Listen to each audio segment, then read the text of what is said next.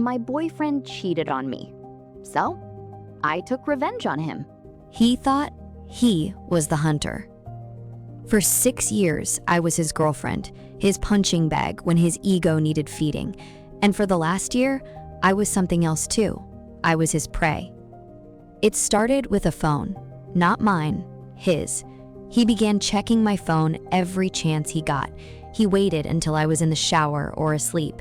He searched for proof that I was doing to him what he was already doing to me. That is how guilty people act. They look for the crime they are already committing because they know exactly what it looks like. I noticed right away. I said nothing.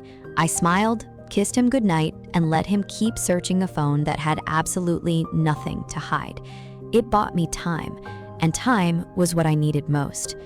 One evening, I came home early and caught him deleting something from his phone. His hands moved fast, like he had done this many times before. I did not confront him. I did not even change my expression. I set down my bag, asked about his day, and went quiet inside. The right kind of quiet can be very, very dangerous. That night, while he slept beside me, I made a decision. If he wanted to play games with phones, we would. In the dark, with my screen brightness turned down, I downloaded every dating app I could find. I used his phone number to log in. When he was in the shower or half asleep, I picked up his phone and caught the verification codes the very moment they arrived. That is how I got into his secret life. What I found was not one mistake, not one bad night.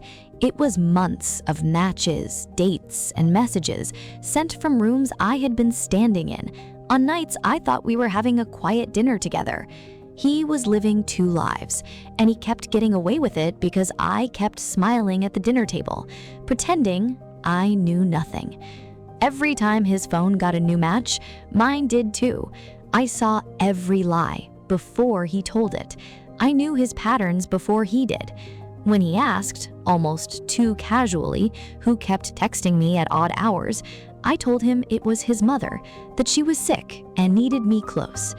She was not sick, but the lie, it bought me silence, and I used that silence to build my case, one screenshot at a time.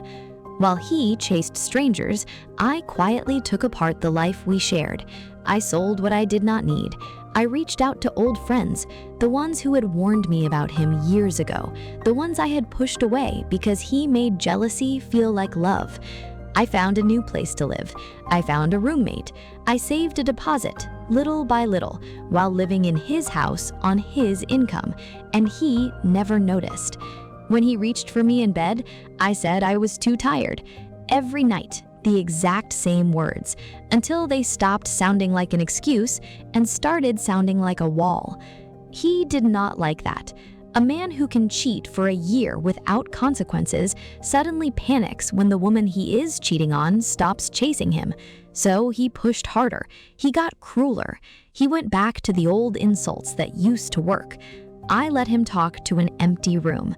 I had already left, in every way that mattered. He just hadn't noticed yet. I waited for his work conference. 2 days. Empty house, no witnesses. I packed everything I owned in under 48 hours, moving fast and quietly, the exact same way he had been doing for a year without my knowledge. There was no fight, no goodbye text, no speech he could use later to make himself look wronged. I sent him every screenshot, every match, every message, every single lie in one massive message. Then I blocked his number for good. But I was not finished. I contacted every woman he had matched with, and I told them the truth. He had a girlfriend the whole time. He had lied to all of them about being single. One by one, his secret world fell apart. The women compared notes, and they got angry. He missed his flight home. His presentation fell apart in front of the people he wanted to impress most. In a hotel room, far from home, he finally realized the ground beneath him was already gone. 4 days later, his mother called, upset. She said he was suicidal, that he would be evicted, that he had nowhere to go, and that I had done this to him.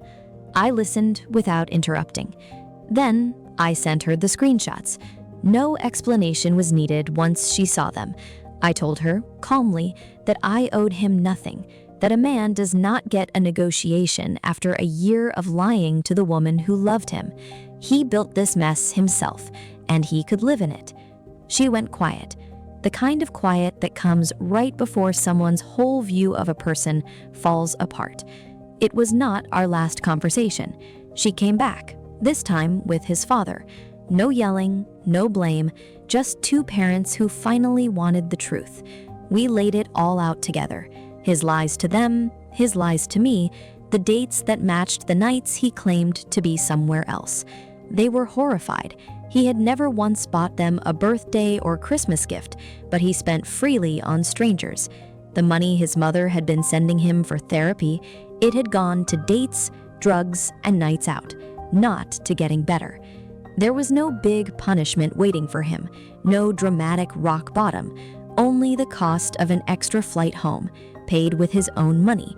So his parents decided to set a real consequence instead. No more rescues, no more quietly paying his bills or cleaning up his messes.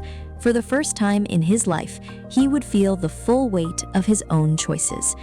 They apologized for him, again and again, the way people do when shame finally catches up with them. They offered to help me furnish my new home. I thanked them and said no. I did not need anything else from that family.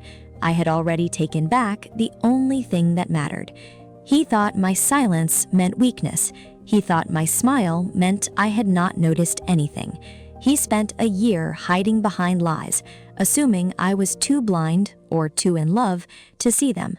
He never imagined that the quietest person in the room was already writing his ending, one screenshot at a time. Some people scream when they are betrayed. Some people just wait.